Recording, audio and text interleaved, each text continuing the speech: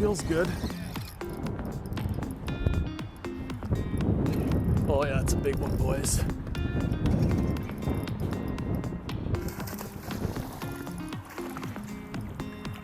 Oh, come on, come on, come on, come on.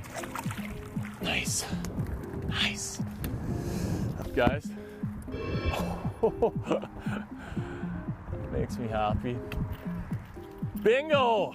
All right, guys, the classic's over and we got it done. I can't believe it.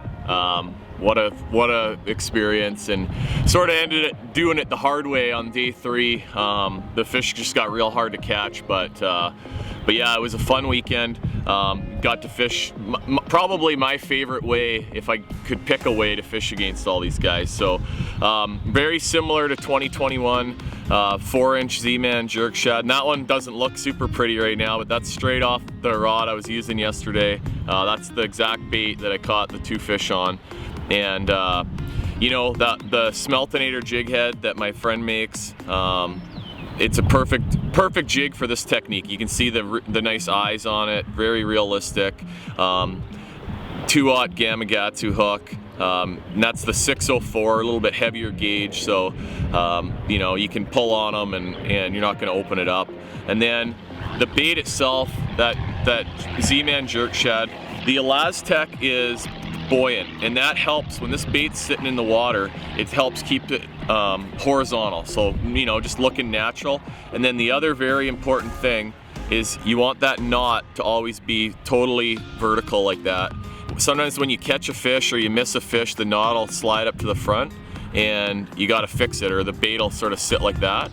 But when you have the knot straight like that, that's going to allow the bait to sit nice and natural and horizontal. That was that.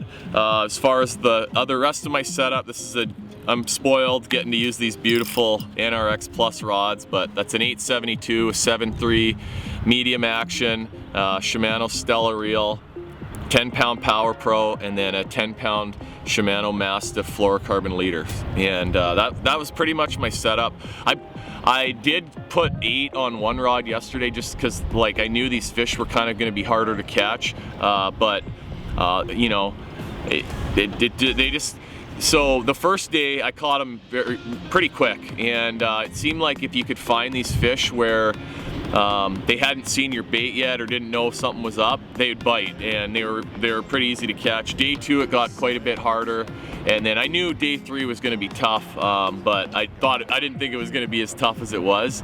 But yeah, I bet you no less than 70 fish were like inches away from that bait yesterday, and they just would not bite it. They'd come and bump it. I think they come up to it sometimes and just like hit it with their mouth closed.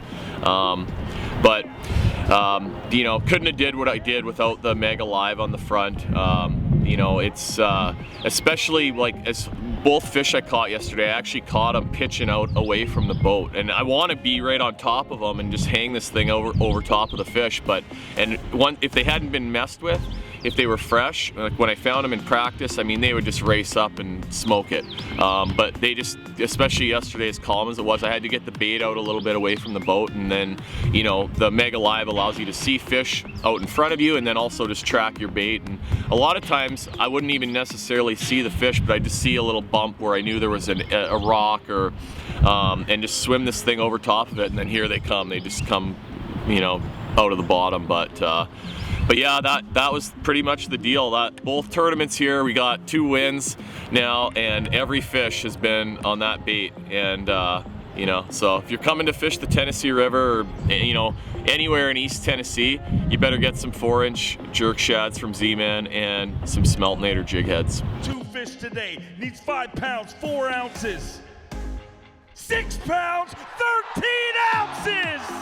613, Gussie gets it done, and oh Canada, you have a Bassmaster Classic champion!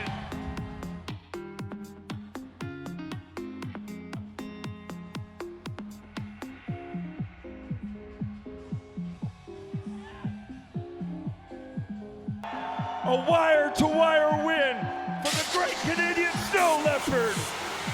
Oh, Canada, you have a Bassmaster Classic champion! A wire-to-wire win for for Jeff Gustafson, your 2023 Academy Sports and Outdoors Bassmaster Classic champion, Jeff Gustafson. Gussie gets it done and finishes in spot number 1. And for the second time in history, there is an international Bassmaster Classic winner, and for the first time, the Classic trophy heads north of the border